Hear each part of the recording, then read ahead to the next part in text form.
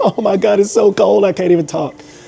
I want to talk to you about the top 5 reasons on why new motorcyclists, they quit after the first year. They barely make it a year and they quit. These are the top 5 reasons. Let's get into it. Reason number 1, most new riders have a fear of injury and lack of confidence. Honestly, you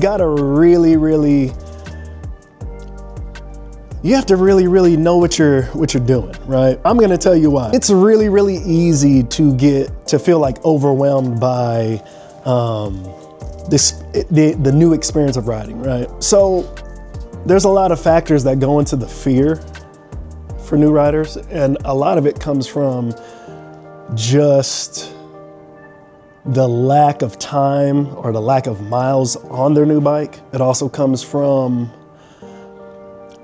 the lack of skill, right? Because they don't have a lot of miles on the bike. Their skill level is not up to par that they feel like, right? So you do have a lot of doubts as a new rider as far as like injury, like you're afraid of getting in an accident, things of that nature. And when you couple that with the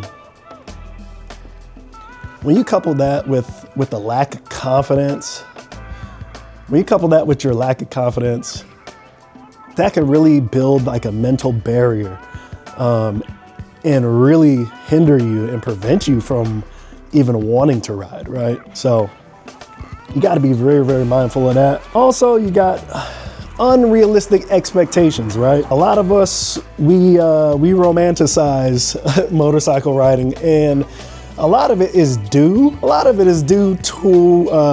to social media, right? A lot of social media does condition new riders to have a false sense of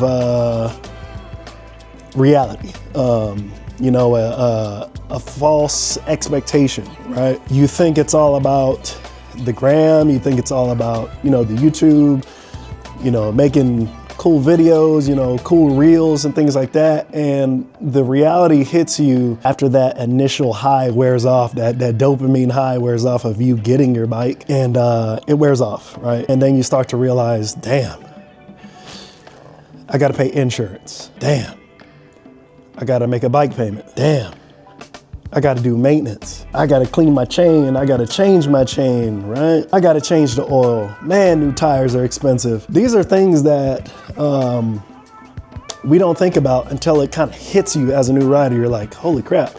And then you start to second guess and you start to think like, well, do I really need this bike? Especially if you bought a bike and you convinced yourself that you needed it just to commute. Like a lot of us will tell ourselves, oh, if I get this bike, I can commute on it, go back and forth to school, blah, blah, blah. That reality hits you when you get that 20-degree weather like right now.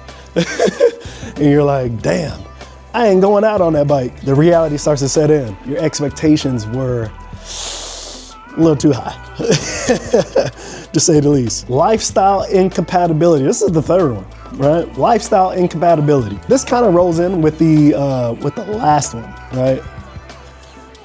A lot of us think that if we get the bike, get the motorcycle, it will kind of like transform our entire lifestyle, right? Little did you know that as a new rider, sometimes you realize that your riding time or when you're able to ride is not always ideal. You may work 12-hour shifts. You may not want to ride your bike to work in the middle of the night every time. You just may not have that much time to ride, period. Some people are truck drivers and they're gone all week, and they may only ride their bike once a week. And so when you have preoccupied things happening in your life, sometimes you start to realize as a new rider, like, I don't really have time for this hobby. And the time that I do have, they'd rather spend it somewhere else. And so you start to say like, damn, I'm paying insurance, I'm paying all this, I just need to get rid of this bike. And so a lot of times that is one of the big reasons for people getting rid of their motorcycles. The financial strain, man, the financial strain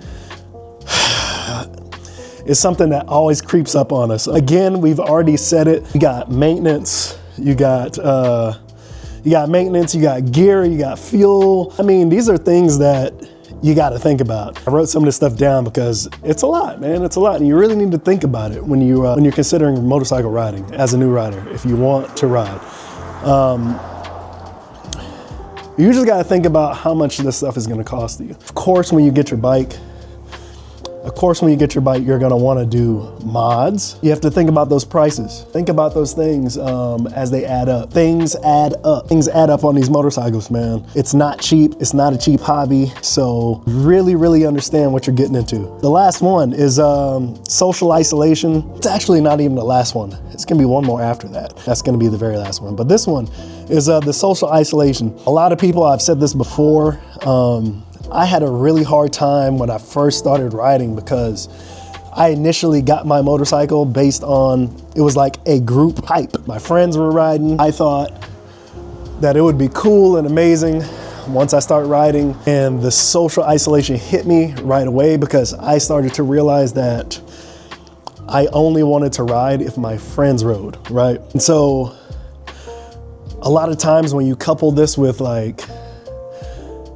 your lack of skill, right? One of the biggest things that new riders can do, period, when they're starting to ride is go on a bunch of group rides and stuff like that, because your skill level, everybody's skill level isn't the same, right? So that social isolation can definitely get you in more ways than one, because if you don't have buddies to ride with, you might not even be inclined to want to go out and ride, period. So keep that in mind, man. The last thing that I will say that is probably should be number one is you mofos will not go get your license. Y'all don't want to go get your endorsement. You don't want to take the MSF course. You think it's lame. You just feel like you have better things to do than to go get that certificate. Little do you know, that annoying class that lasts like half a day or all day is literally gonna give you the basic tools that save your life when you're out on that road. When you're out on that road and you're thinking that you're fast lane D, you're thinking that you're SOK Rafa, you're thinking that you're all these people, fast flow, like you're gonna be popping wheelies and doing all this shit. Like, I'm telling you, man, go get your MSF, man. Go take the course, get your endorsement. It's not only gonna save your life, it could possibly save somebody else's, man. There's too many squids out there that don't know what the hell they're doing. They've been watching YouTube for a year. They finally got their hands on a shitty R6 or a ZX6 or something that's falling apart, and they just know that they're ready to ride, right? They ain't got no insurance. I'm telling you, these are all the things. They're not gonna make it physically, and they're probably gonna stop riding after a year, right? So keep that in mind. I will make a video coming up with the solutions to help you stay motivated as a rider.